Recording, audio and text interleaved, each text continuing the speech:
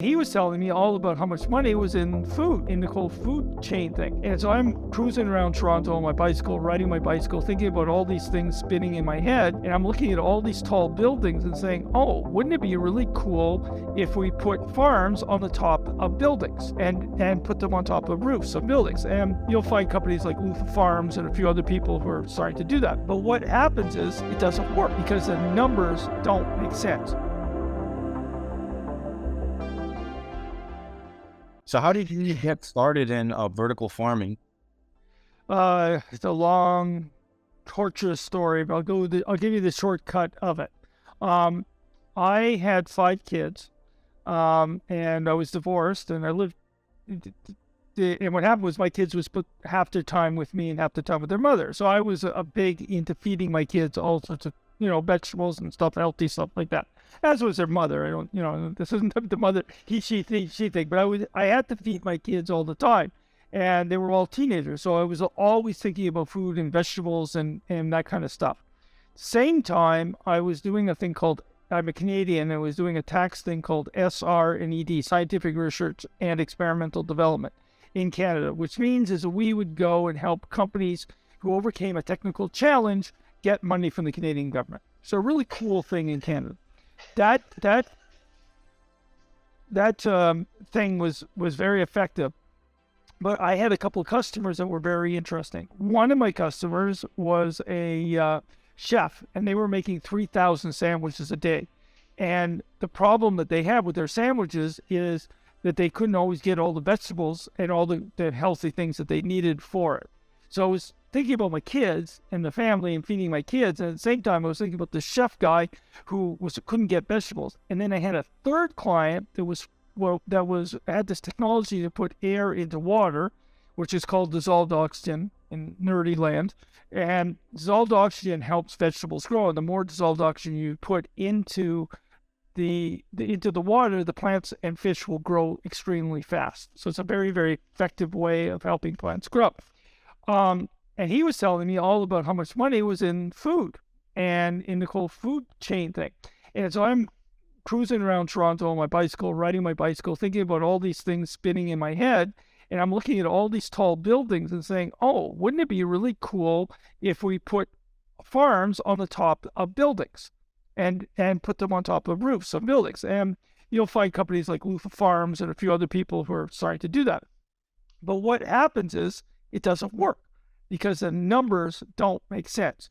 Because the amount of produce you can grow in a square foot when you do it horizontally, like in traditional greenhouses or in the field, is very small. And you basically can't even pay rent.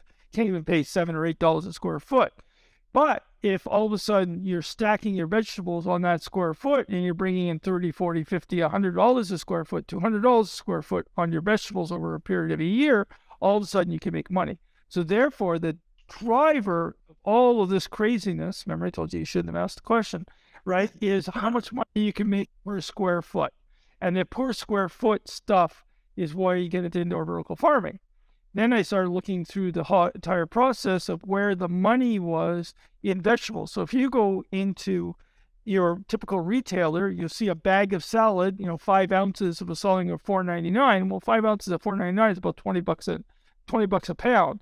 If you go over and you look at the raw materials, you're paying $2 or $3 a pound for the same thing.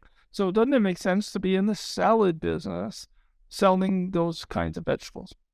We've done a little bit of pivoting in there since then because we now kind of focus more on currently. When we launch, we tend to focus more on herbs and microgreens, which are higher margin business, but lower volume. But essentially the same model works, and we're heading out in that salad space. So does that kind of answer all the questions? Yeah, that's interesting. Yeah, solving a problem for yourself and for some of your clients. So, and that's like the typical entrepreneur start, right? You saw a problem, you saw how to fix it, you found a solution. But where was your start? Once you saw that opportunity, how did you get the ball rolling? Then I found some partners. This is a capital intensive business. So you don't, I found a capital. I showed a buddy of mine who's got some capital, and wasn't this really cool? And we said, okay, this would be really good. So let's go out and buy some technology. And I found this guy one type of technology that I don't want to mention technology.